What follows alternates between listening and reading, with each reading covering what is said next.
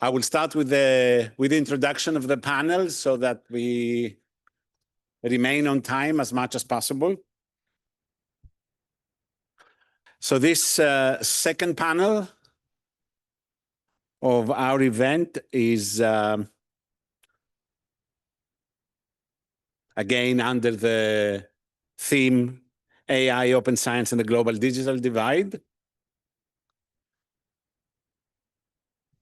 And it will once again examine artificial intelligence systems through the lens of open science, exploring ideas related to multilingualism, transparency, localization, and responsible and ethical approaches to new technologies.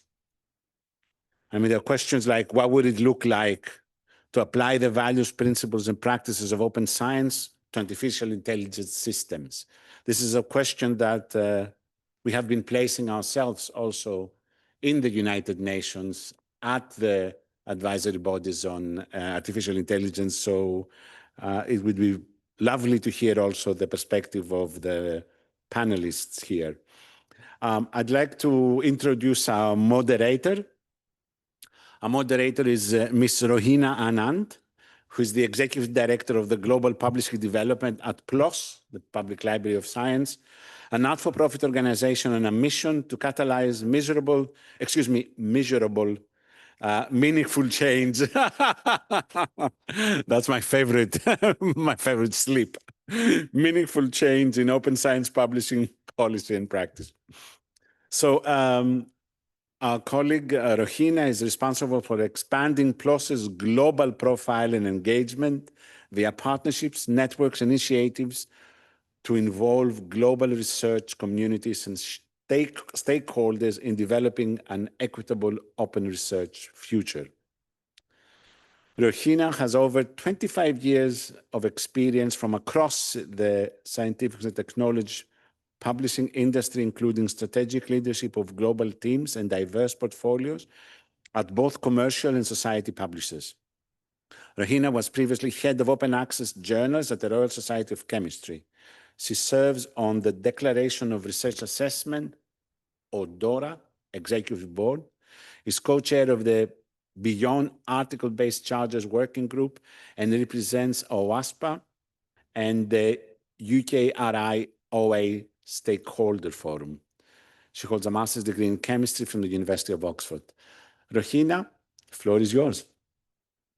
Thank you, Thanos. Yes, that's definitely on a mission to catalyze measurable, meaningful change, not miserable, meaningful change. Well, good afternoon to everyone who's here in person at the UN University today, and also good morning, good afternoon, and good evening to everyone attending online. I'm delighted to be chairing this panel today, organized on the theme of AI, Open Science, and the Global Digital Divide at the 4th UN Open Science and Open Scholarship Conference. It's a real honor to be here. So today we've already heard some fantastic interventions of the opportunities, but also the challenges associated with the intersection of open science and AI. And with our distinguished panel of speakers here with me today, we're going to be looking at more of these intersections by looking at artificial intelligence systems through the lens of open science, exploring ideas related to multilingualism, transparency, localization, and responsible and ethical approaches to new technologies. So without further ado, I will move on to introducing the panelists here today. If anyone online has questions as we work through the session, please do pose them in the chat, and we will hope to get to them in the moderated Q&A session after we've heard from our speakers. So first, I would like to introduce to you Director General Kurohashi, who received his PhD in electrical engineering from Kyoto University in 1994. He is currently the Director General of the National Institute of Informatics, NII, Japan, and a specially appointed professor at the Graduate School of Informatics at Kyoto University. His research interests include natural language processing, knowledge infrastructure, and open science.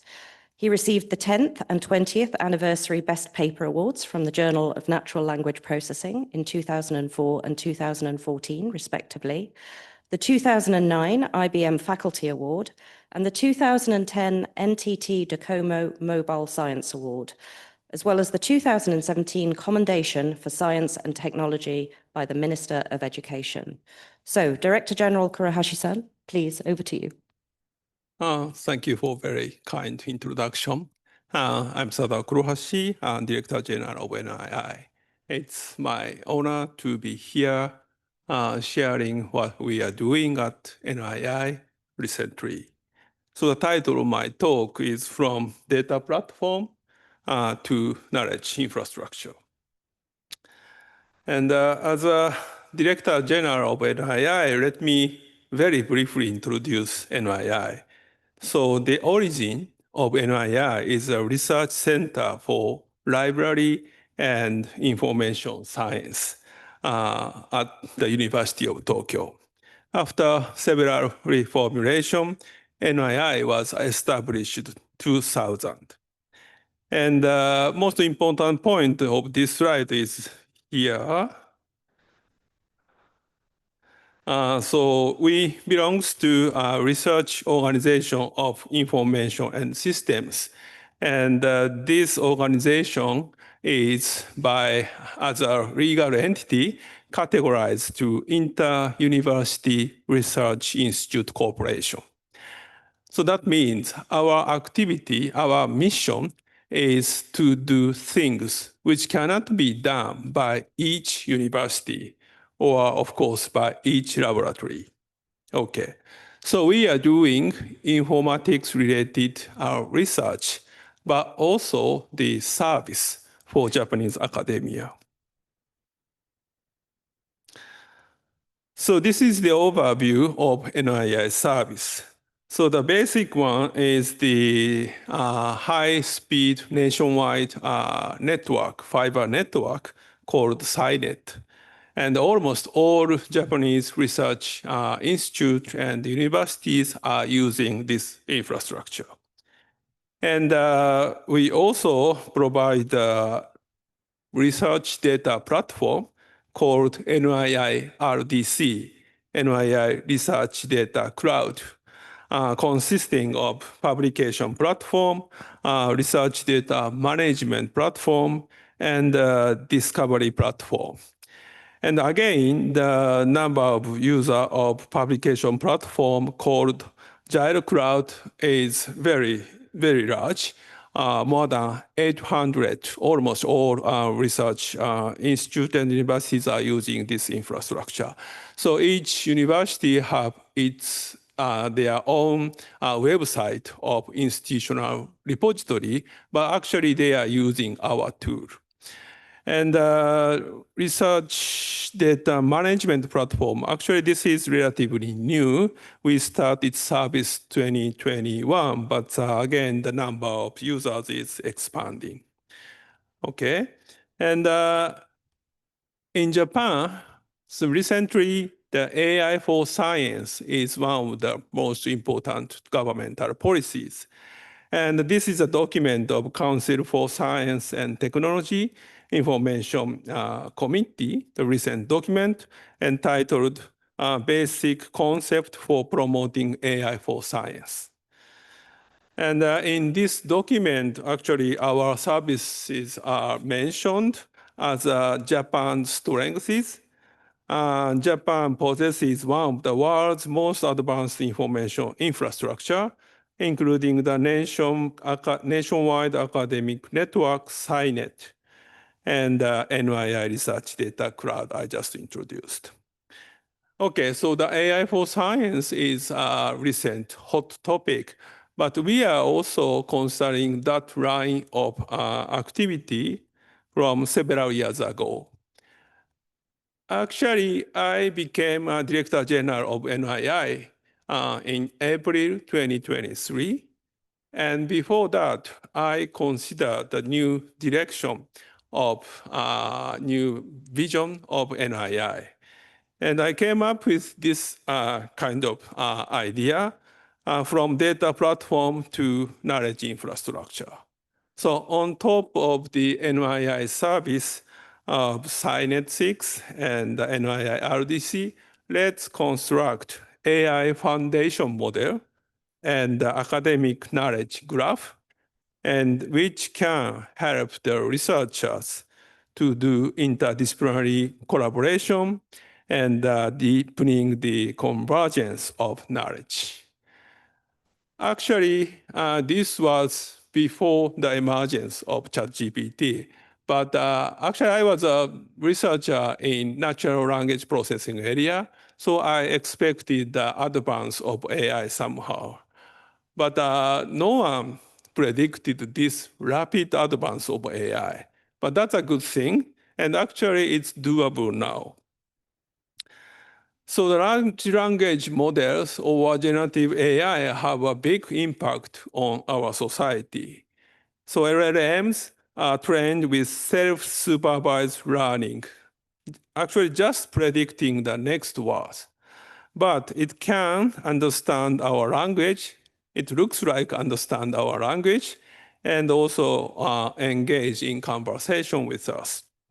And the GPT-4, released in March 2023, achieved high scores on expert level exams. And after that, steady development of LLMs are happening. Function calling, mixture of expert model, retrieval augmented generation, reasoning model, and deep research mode, and so on. So far, so good. But we have concerns about large language models. So LLM research and development was monopolized by a few organizations and conducted in a closed manner. And the behavior of these models remains unexplained. And although some leading companies are gradually adopting open source strategies, still their training data remains closed. And the current models still suffer from well-known issues such as hallucination and bias. And the most widely used web corpus contains only 1.4% Japanese text, resulting in weaker performance in Japanese compared to English. Okay, so based on these concerns and consideration, we started the activity called LLM-JP. We develop an open and Japanese competent LLM to understand mechanism of LLMs. And all the resultant models, data, tools, technical documents will be open to public, including the process of discussion and failures.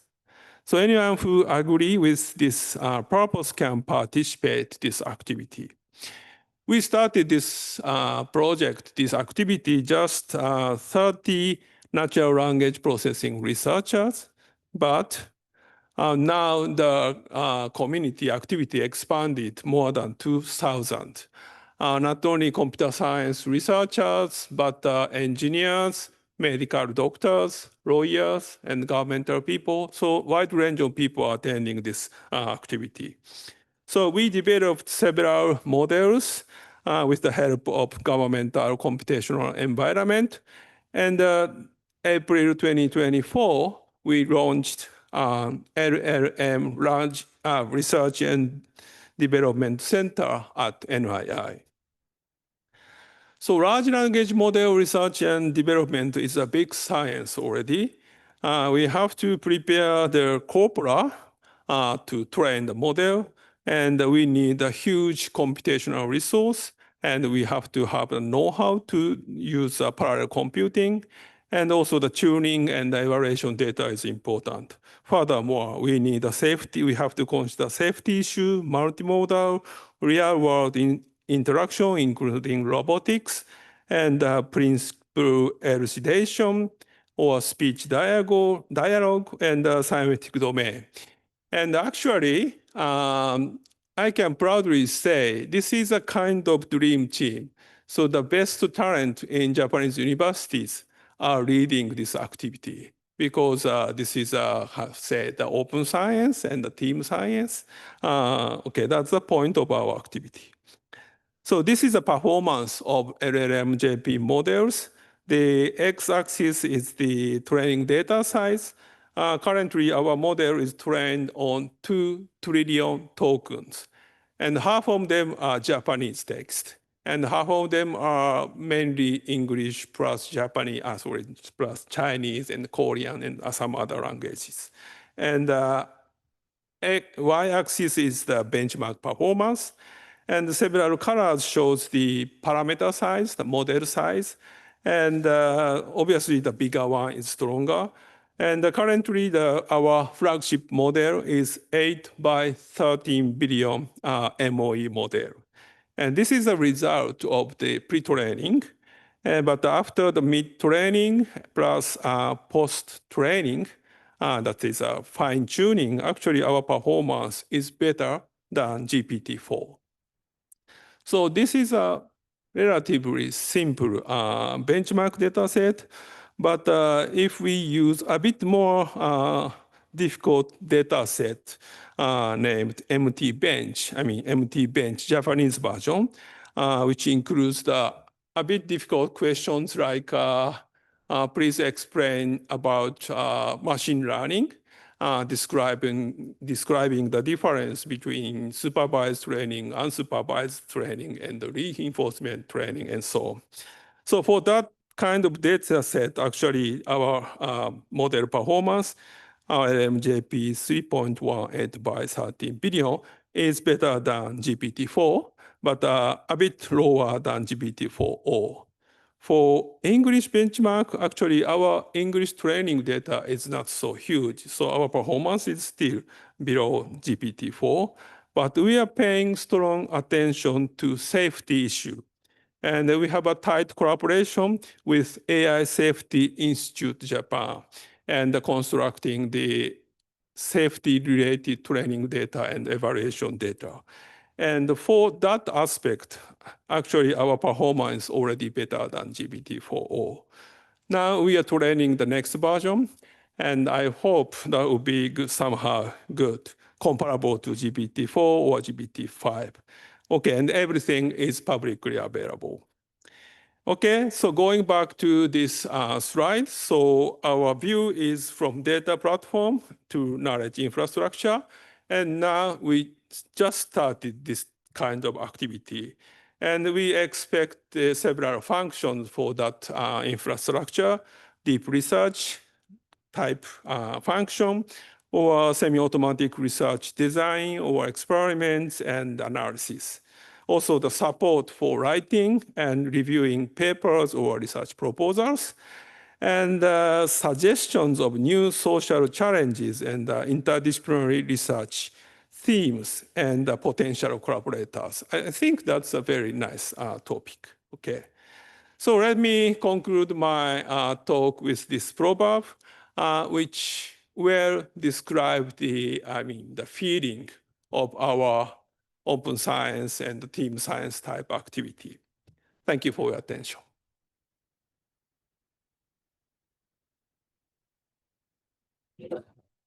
Thank you very much. So next, we are going to go to Bishesh Khanal. He is the founding director and research scientist at NAAMII, Nepal's leading AI research institute, with a strong international presence in AI research, education, and innovation. Bishesh returned to Nepal after a PhD from Inria, France, and a postdoc at King's College London and Imperial College London. Bishesh advocates for establishing multidisciplinary AI centers of excellence, AICEs, in the Global South to foster innovation and tackle significant global challenges. He leads the TOG-AI research group within NAAMII, which is pushing the boundaries of AI and leveraging them to solve major challenges in global health, including affordable medical imaging and AI-powered task shifting for healthcare access. Bishesh has published over 50 peer-reviewed papers, mentored PhD students in the US, UK, and Europe, trained researchers at the Nepal at Nepal's AI Institute and co-organized international AI conferences and schools. He's also involved in tech startups, including personalized learning platform and conversational AI for low resource languages. Bishesh.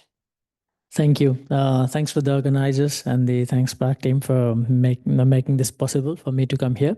I will talk about equitable global AI innovation ecosystem and open science, given an example of NAMI, the institution we built in extreme low resource, and then how open science enables that kind of endeavors, and we'll conclude towards the end with the big alignment we need for the equitable innovation systems.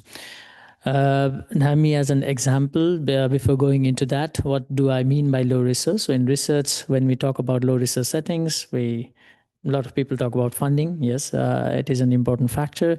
But if you look into typically many countries, it's interrelated with so many other important aspects that makes this kind of environment where research innovation is hard. And well, most even governments, philanthropists, or industries don't fund systematically. Lack of supporting environment where people don't feel comfortable or don't see opportunities to research and then go abroad in most cases. Lack of research culture, scientific endeavors, and society collectively not really truly believing in a sense that science can change lives and create impact in the society. And this is a difficult problem which leads to really not believing in it. So in these settings, if we look into AI and computing science, artificial intelligence, one of the metrics among few to assess the research ecosystem is the publications in top-tier scientific venues, journals, and conferences. And I quickly did quick search. I might have missed one, two, or a few, but mostly before 2019, there was zero from the whole country. So completely non-existent in terms of publications in major venues across many fields within computing science and AI. After 2019, this has changed. So there's more than 60, and recently it's already 70, I think, in many of them and in some of the best venues, which has happened. And this was possible through NAMI. So most of those publications come from the institution that we built. So a bit of background on myself and why this. As an undergrad, I did my undergrad in Nepal, and I was a big robotics enthusiast and really wanted to do research, but hardly any resources. You want to do some research, try to get access to papers, paywalled. You want to access mentors, nobody in the whole country doing high quality research. And that led me to go abroad. I was fortunate enough to go and do my PhD and then do postdocs in some of the best labs in the world. Then moved back to Nepal in 2019 with a vision to establish a center of excellence in Nepal, and was very lucky to have amazing co-founders with me. Most of them, almost all of them, are still based outside Nepal, but then we built this together. And then when I moved back with the vision of building this center of excellence, we think of how do you build centers of excellence, especially in the context of AI. It's about building ecosystem. It's really important. We see scientific endeavors, innovation, science in general as the three key components we see. One is the knowledge generation, that is research. Knowledge dissemination, so that we can build capacity for next generation of researchers and make people aware of science. That's important. So education outreach, and create value to the society and to the economy, which usually goes through industry innovation route as well. And these three are equally important and very hard to do one independently, with other two being weak if you look at the ecosystem's perspective. And in the last 5 years, the numbers speak. We've done on all these three fronts. But what is interesting is an experiment for us where we were intentional that for the first 5 years, we didn't want to take core funding at all. So all this is with zero core funding for the institute itself. Of course, there's institute funding for research, funding for R&D and other activities that we take. But because a lot of people don't want to start this kind of endeavors because there's no funding. So we started this from scratch, young researchers, from their own pocket money, a little bit of money. But then, of course, in the second phase, as we grow, one needs to build core infrastructure and ops, especially as the AI research now needs more computing powers. And most of our building this ecosystem spreads through few principles, but we mostly strive for scientific progress that creates sectoral impact with global equity. Very briefly, the glimpses of activities we do in these and 3 divisions: scientific research, primarily 3 things: pushing the boundaries, frontiers of AI, and leveraging this to solve real-world problems across sectors: healthcare, agriculture, education, different fields, and make accessible and inclusive. And how do we do this is fairly autonomous research groups that are driven by independent faculties, depending on the expertise and interest. That's how they drive that. And interesting thing, we started this before COVID. We already thought of virtual labs and borderless labs. Well, I'm based full-time in Nepal, but all other, at least until now, there's a few hopefully coming soon, but many are based outside as adjunct faculties, but they drive their own groups within the institute. They hire full-time research staffs in Nepal, and we have around 45 full-time staff working in Nepal right now, but they're mentored and led by different faculties from around the world, and have published, not just published, also won international scientific challenges that are very competitive across the world. Just one glimpse of what kind of research in different groups. So this is my group, Transforming Global Health with AI, TOGAI. We work on all 3 fronts. Again, core scientific research that pushes the boundaries, but also sectoral impact, in this case in healthcare. And a lot of these research and the motivation behind this are global equity and access, affordability, and high quality healthcare. Education outreach, the way we see it is there are 2 important things, especially in AI now, is one is indeed building strong foundations in educational skills in the field, but also preparing the society itself as we move towards in the AI world. And that means really having right kind of awareness, right kind of education from children to the policymakers across all the sectors. And we build courses around catering to different people. And the way we see it is what we call as an AI pyramid, where as we head into this era, everyone needs to be AI native as we go forward, but then way up to the smaller subset of people getting deep AI skills and lively experience. It's not just online learning. I think it's important to expose people to have exposure, people to have exposure on with scientists, with peers from different parts of the world. That's why we're running this AI school, which is, I think, the largest in South Asia, maybe Southeast Asia, in terms of physical and the number of countries from which people participate. There's 5-6 editions. We'll have the next edition in December. Finally, briefly on industry innovation, 2 key things. One is how to build an ecosystem that enables startups to go global and also create impact on the economy, so access to the global market, and contribute in the solving problems globally. And building, the other aspect is the building relationships and partnerships with industries. Finally, what we didn't envision in the beginning but realized during the last few years is policy regulations are equally important as the 4th pillar, I would say, in the ecosystem. And primarily into 2 activities we do: research, evidence into policy, and building networks that allows people to discuss on important aspects. Have been engaged from early days on AI ethics research to helping governments on formulating policies, to creating different networks, for example, Health AI for All networks and conferences in the society. So that's the brief glimpse of how an institution is being built ground up, which we believe can be maybe replicated with, of course, own nuances in different countries where there's low resource. Now, open science, I think that without open science, this would not have been possible. And especially in AI, we are fortunate to have a community which has always been very supportive and very passionate for open science. I think the last community, at least, and push back to different journals on paywall systems. It was quite, I think, this was in news in 2018, and with the campaign on making it open resource, but if it goes back to 2001 also, there's many, if you look into major publication venues, almost all of the top venues is open access in AI. Not just the papers are open access, we try to strive for open review. Even the process has to be more open. It's quite challenging these days with the amount of research that goes and number of people that get engaged in producing science. But there are different approaches people do this through foundations, such as where they ensure that these are open access, or through leveraging the web-based technologies, building on top of archive where not just the access is open, even write article processing charges, for example, if in this case it's just $10 and it can be also webbed in. So it's trying to really have models that allows you to publish both submit papers and read papers at almost no cost.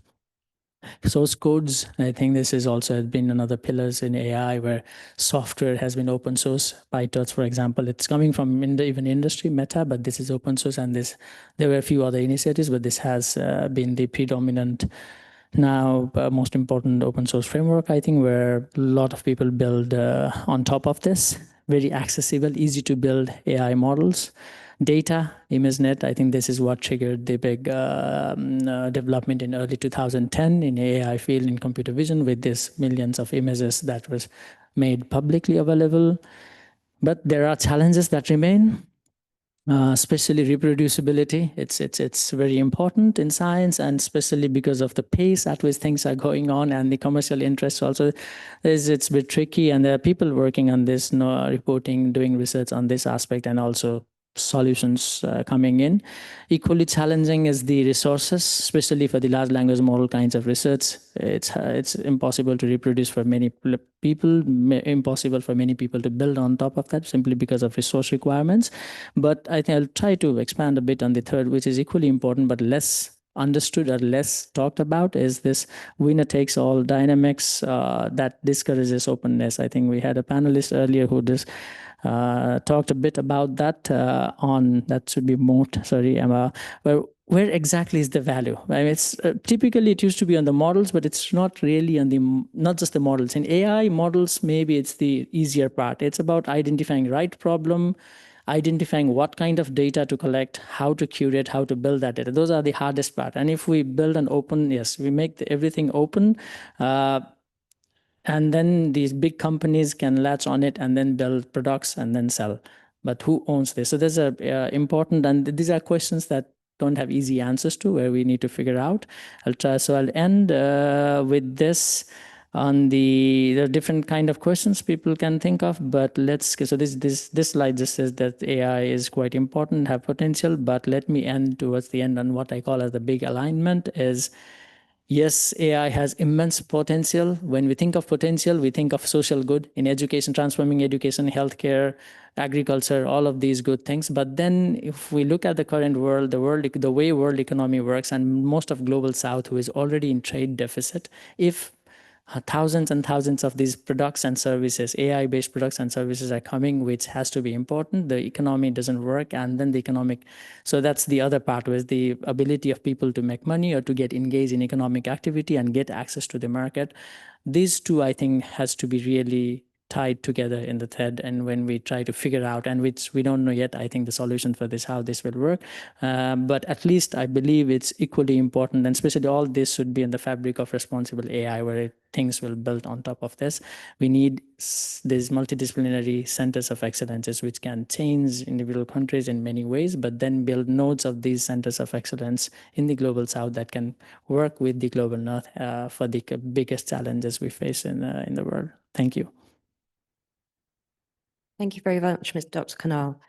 So last in our distinguished speakers today, we have Dr. Nayat Sánchez-Pi, who is a distinguished expert in responsible artificial intelligence, currently serving as the director of Inria Chile and the director of the Binational Franco-Chilean Center on AI. Her extensive international career has spanned Europe and Latin America, with significant time spent in Spain, Brazil, France, and Chile.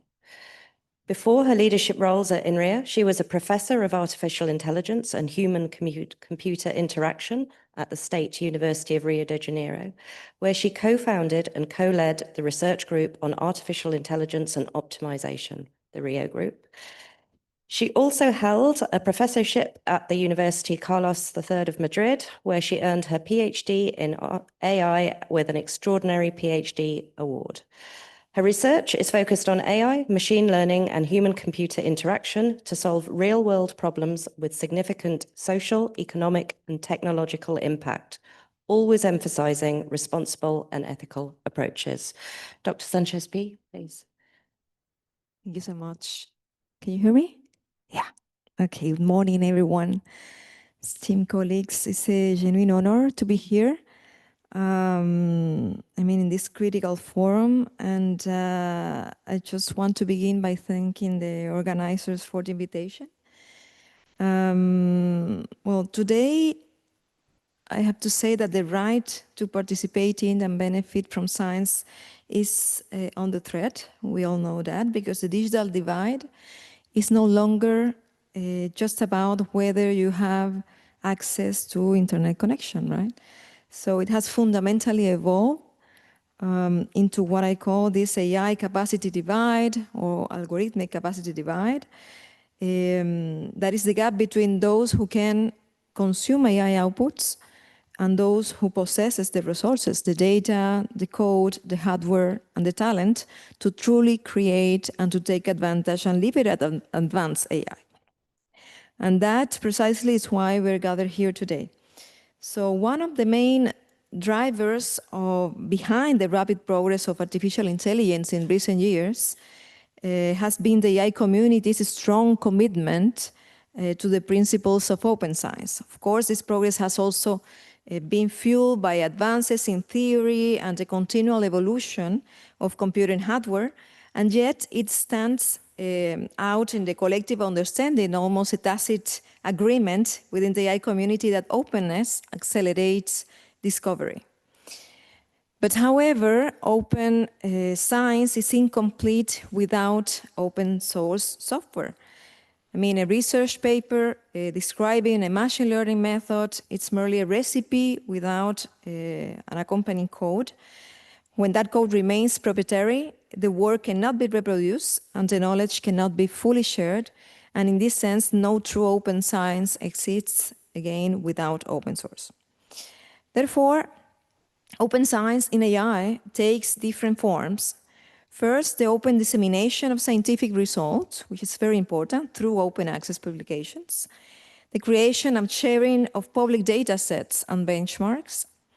The development and adoption of open source software, enabling others to reproduce results and easily build upon prior work.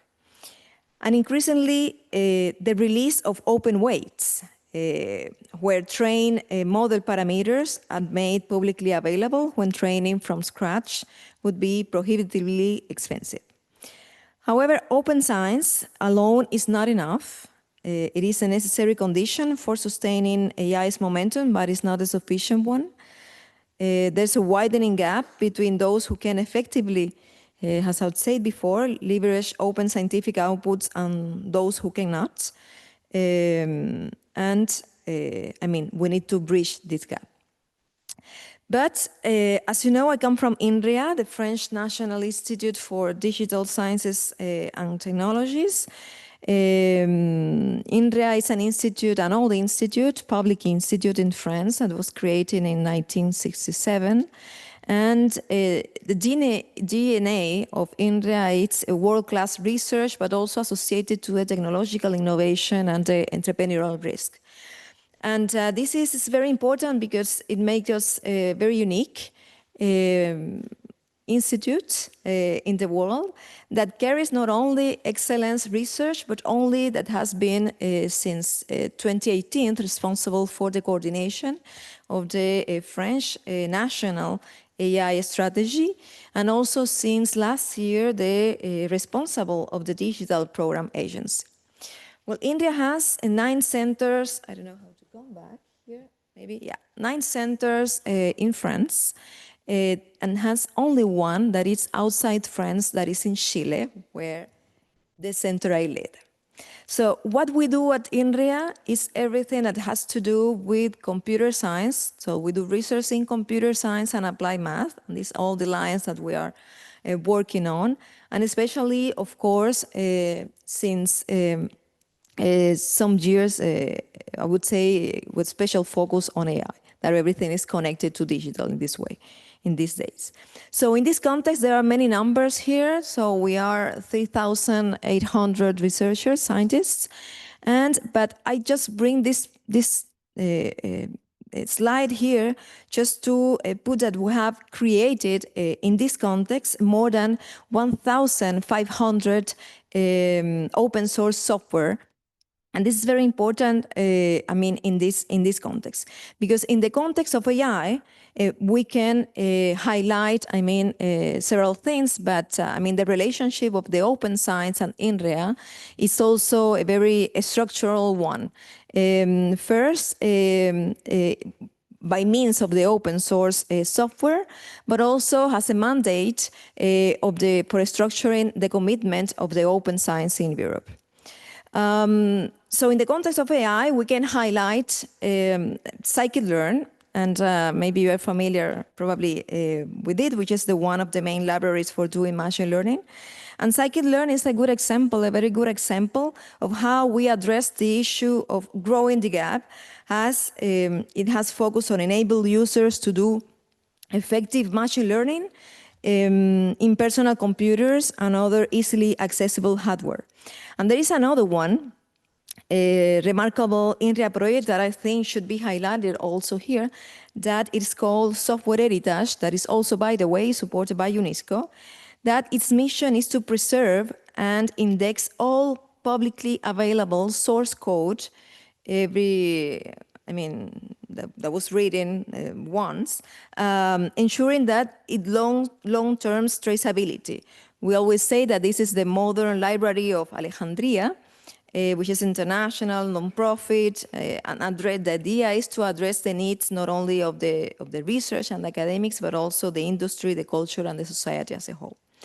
And interestingly, in the age of modern AI and large language models, this project has found new urgent relevance, as these open code repositories are now required for training also and evaluating LLMs. So what we are doing is preserving the world's digital knowledge for the next generation of AI developers. But beyond sharing artifacts, codes, papers, we have been also committed to, for a long time, with open collaboration. And this is the case with Chile, but also it really pleases me also to share the stage here with Sadao Kurohashi from NII in Japan, which is a center which India has developed a long-standing collaboration program with. And also with Bishesh Khanal, who has part of his academic roots in Inria during his PhD, and really pleases me also to see how he ended up and his colleagues are taking part of this DNA of Inria and putting in the spirit of India into Nepal. So, as you know, I already said that Inria has 9 centers across France, and there's only one center that is outside France, that is in Chile. We have been there since 2012, based in Santiago, and this is the center that I lead. Part of the mission of Inria Chile is actually closing that widening gap, that divide, that digital divide, connecting the European, Latin American computer science and AI ecosystem. And in practice, that means that we are promoting robust collaboration between French and American researchers, startups, and also institutions, that we are supporting projects that make usable, accessible, and safe for local economies and communities. And we are ensuring openness is the foundation that makes all progress shared and sustainable. And in this spirit, about a year ago, Inria and the Chilean Ministry of Science signed an agreement to create the Franco-Chilean Binational Center of AI. And this new center is the operational tool for our shared priorities. This center implements in a multi-stakeholder way, engaging 2 governments at the same time, but also the academias of both countries, the industry, and also the civil society, to develop and implement concrete projects that benefit both societies, okay? So AI, I would say, must not be a luxury, for major capitals, and Latin America needs to solve regional problems with locally relevant and resource-efficient AI, and this is what you want to tackle with this Binational Center of AI.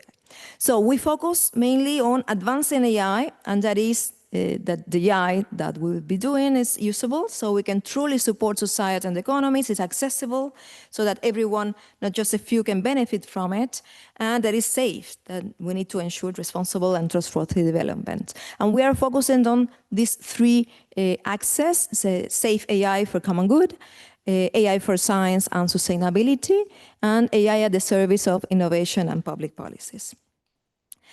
But I want just to, well, this is more or less in the way the ecosystem is already drawing, okay?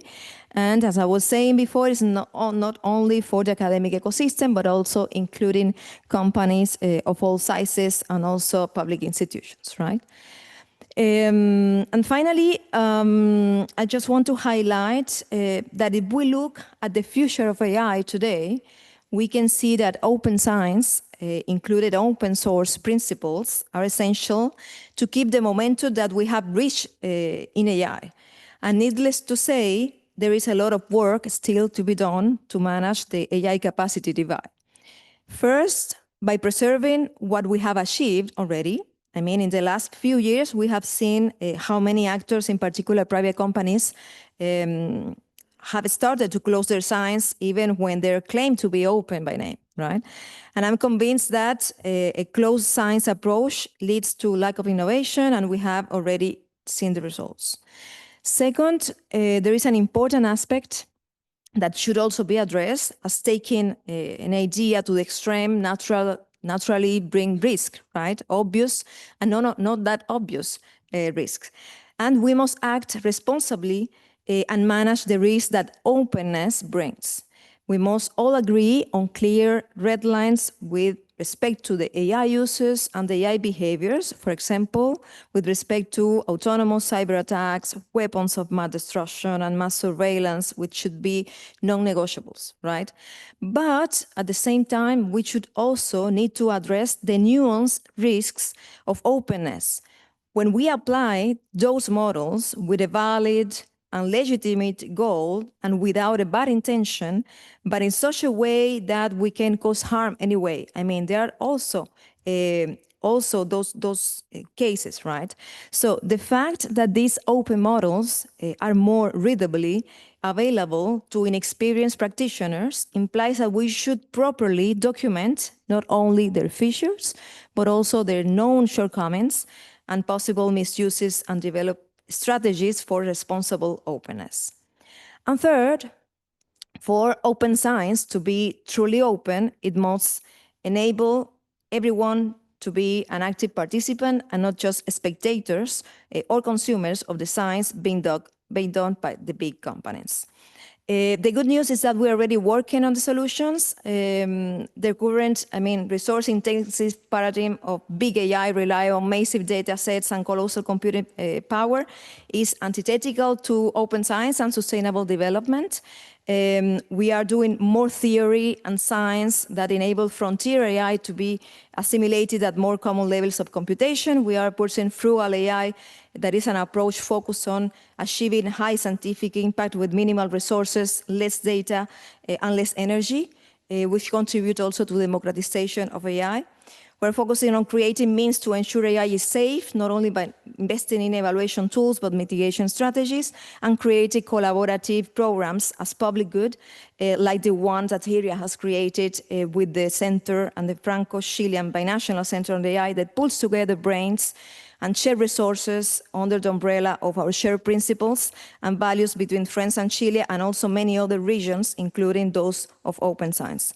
Finally, a final tweet, openness and safety is no longer an optional in the AI era. We need binding global rules, operational and international collaboration to guide AI development to promise of innovation and the well-being of societies. Thank you.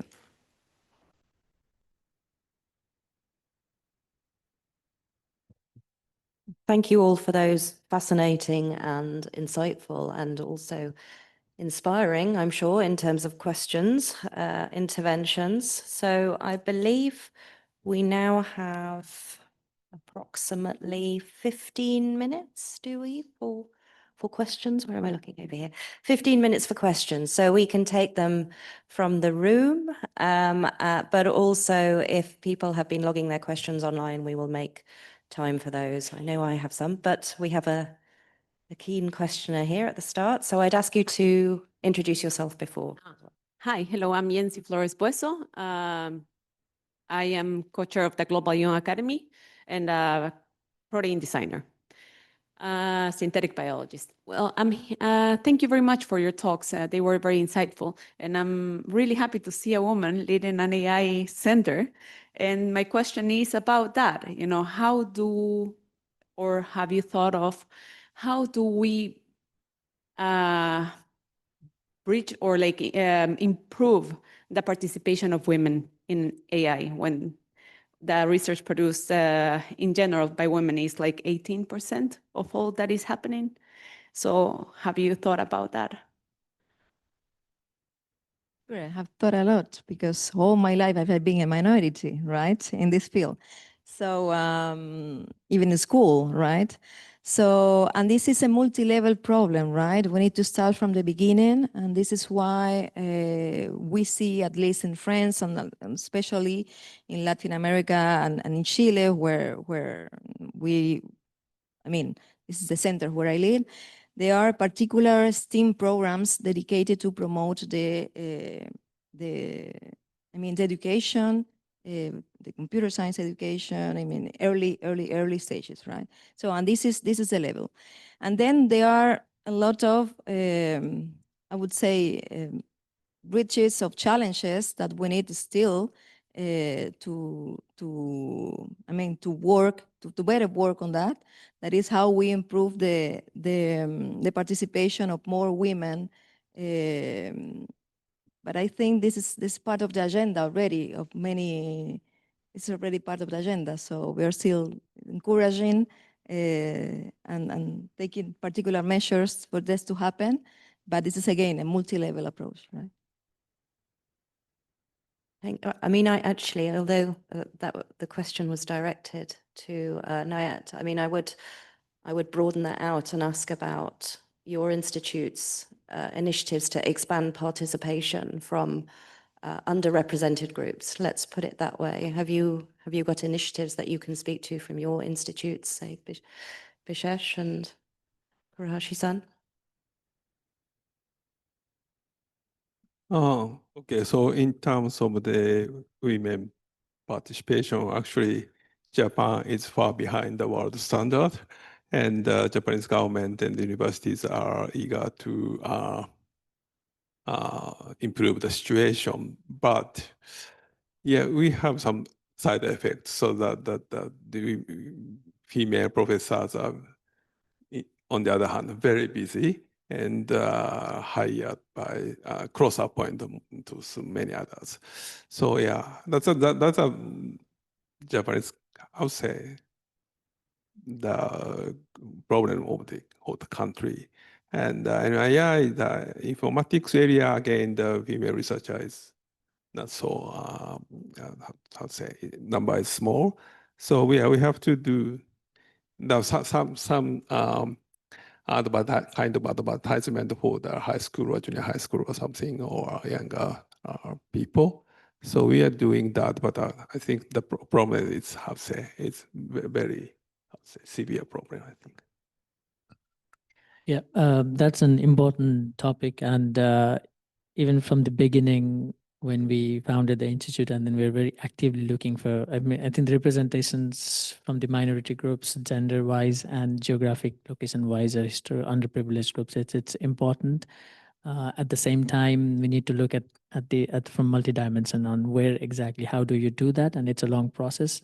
Things that you can do immediately, we should do, but at the same time, not losing track of what needs to be done long term, and to accept that it's a hard problem to do that. So for example, things that we could do immediately, we were actively looking, for example, even the Institute's board, to have women in the board of directors, where we could really literally going to friends, really asking for this the capacity, this kind of profile, because you don't want to do token. You're sure you have a lot of, I mean, at least there are people who are capable, but you need to find them. So you need to work extra hard to find them. That's what some of the things. And the other is giving examples to younger people who can see their examples. For example, for many women as a young girl, if they can see women like her in the front, they would be inspired, right? So I still remember one of the first major feature of our institute in the national televisions. We wanted all 3 of our scientists, women scientists, to go and give the interview, and they went there. For example, AI schools we run, we always do that. We have these scholarships and merit-based. We have merit-based approach for selecting. We have a lot of applicants who come to the AI school, but we also have this. Then the quotas for, okay, among the merits, okay, from gender, from the geographic wise, and from financial background need based. So we try to accommodate as much as possible in those ways also. Yeah, thank you. Thank you. Are there other questions from the floor or others online? I had as someone comes up, can I ask a follow-on question to you? Because I think what came out strongly is that education and outreach piece in your intervention. And that's something that we talk about, more widely as to kind of facilitate that participation, the involvement of local communities and reaching out to them. Are there other examples that, Nayat, you can give from obviously the work of Inria that reaches out to local communities, or NII that you could speak to? Local communities and involvement of the wider community or broader stakeholders, I suppose, in the Institute's work. We can come back to that. Do you want to consider? Okay, let's consider that. At least in We'll the go to the and as she said, I did my PhD in Inria, and a lot of what we built in NAMI from the DNA inspired from Inria. I think in the outreach, what I really like in Inria, what they do, for example, right now there's Terra Numerica, this program where they go to school, high school students, teach science, especially computing science. Is very fun way with games, and really participating with high school and lots of primary schools across France. So that's, I think, one of the examples of outreach, engaging with the community, even with the students and young kids.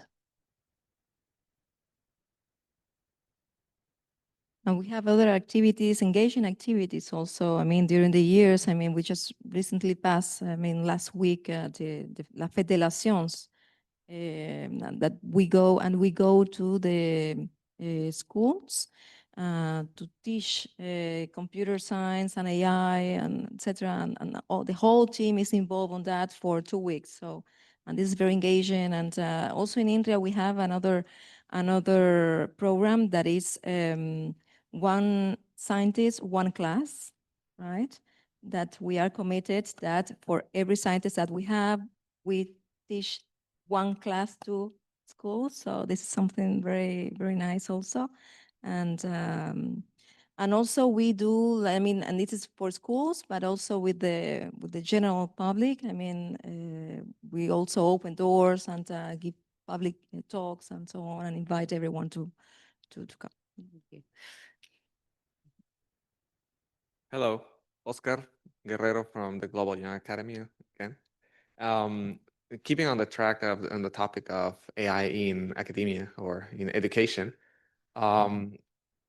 as leaders of your research institutions or institutions on AI, do you have a participation or plan on participating in initiatives with the government to institutionalize teaching AI to younger generations, so that it's not just like Fête des Nations, where you go and do a one-off teaching them a little bit, but trying to create programs around the new context that we have, because these AI tools are here and we cannot keep doing the same education model that we've been doing, like a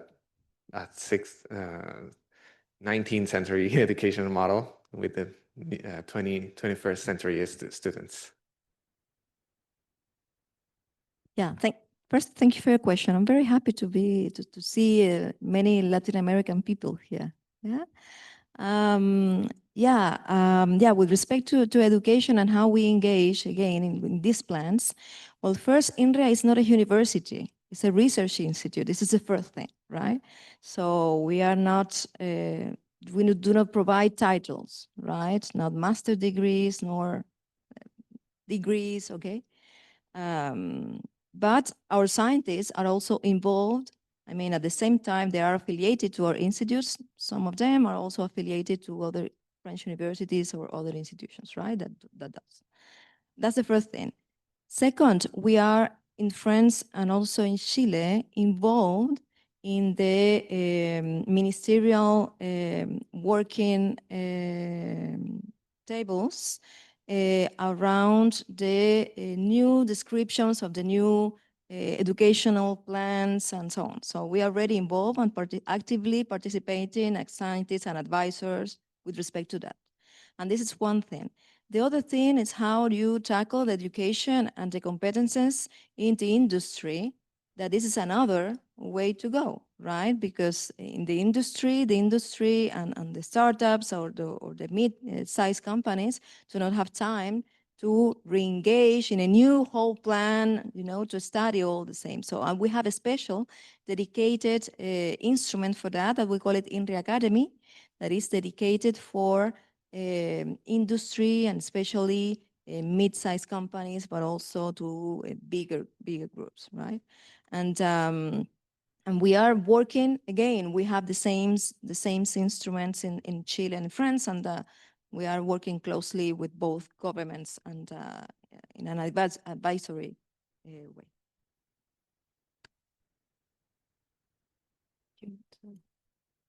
So yeah, education is very important, especially for the AI. And AI has some course for university students, also the graduates for software engineering or software science class.